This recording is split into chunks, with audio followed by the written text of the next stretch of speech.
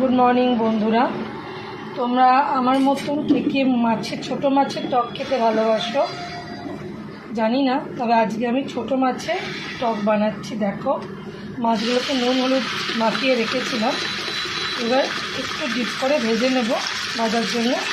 কড়াতে ছাড়লাম, একদম ছোটো মাছ, এটা টকটা বানাবো, কী দিয়ে বানাচ্ছি তোমরা দেখতে পাচ্ছ। হয়ে গেছে, তখন ওই মাছগুলো সরিয়ে সাইডে এখানে একটুখানি কালো জিরেটা ফোড়ন দিয়ে দেবো। আমি এগুলো আর মাছগুলো তুলবো না এখান থেকে, কালো জিরে ফোড়নটা দিয়ে দেবো। কালো জিরের গন্ধটা উঠে যায়, একটুখানি কালো জিরের গন্ধটা উঠে যায়, দিয়ে কালো জিরের একটু গন্ধ আমি পাবো। সঙ্গে সঙ্গে এখানে পড়বে আমার, প্রথমে পড়বে এই যে টক, তেঁতুলের টক। প্রথমে পড়লো তেঁতুলের টক, সেটা শেষ পর্যায়ে তবে যেটুকু আছে সেই দিয়ে আমার, এটা আখের গুড় দিয়েই করে। আমার এখানে আখের গুড় আর একটু জোলা গুড় ছিল, সেটাকে আমরা নষ্ট না করে একেবারে ধুয়ে আমি জলটা রেডি করে নিলাম। চিনির বদলে এখানে আমি গুড় দিয়ে বানাচ্ছি। এটা গুড় দিয়ে বানালে খেতেও খুব টেস্ট লাগে। পরে দেবো সামান্য একটু হলুদ, সামান্য একটু নুন, কেন মাছের মধ্যে অলরেডি আমার নুন হলুদ মাখানো আছে, তাই নুন হলুদের পরিমাণটা খুব সামান্য দিতে হবে। দিয়ে একটু নাড়াচাড়া করব।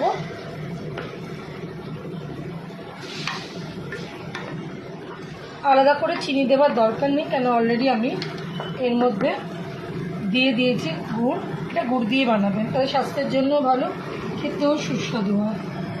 এরপর না আমি এটাকে একটু জোরে গ্যাসে নিয়ে চলে এলাম, কারণ হচ্ছে এটা আর আস্তে করে ফোটানো যাবে না। দেখো বন্ধুরা, কি সুন্দর টকটার কালার এসছে, দেখেছো?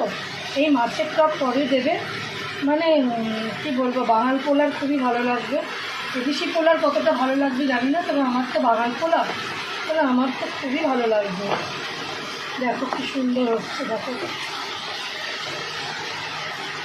দেখো কার কার ভালো লাগে বলো। আমার এটা এখন এখানে হয়ে গেল, আমি এখানে অফ করে নামিয়ে দিয়ে তোমাদের দেখাচ্ছি। দাঁড়াও, দেখো নামিয়ে ফেললাম আমার মাছের টক, ছোটো মাছের টক। এটা খেতে না মারাত্মক সুন্দর হয়, বানিয়ে দেখো বন্ধুরা, বানিয়ে নেবেন। হ্যাঁ, বানিয়ে খেয়ে আমাকে অবশ্যই জানিও, ভালো লাগলে শেয়ার করবে, লাইক কমেন্ট শেয়ার করো বন্ধুরা। আর শেয়ার আর অবশ্যই একটা কমেন্টও ছেড়ে দিয়ে যাবেন, একদম একদম আমার হয়ে আমার কুচকু বলে দিল।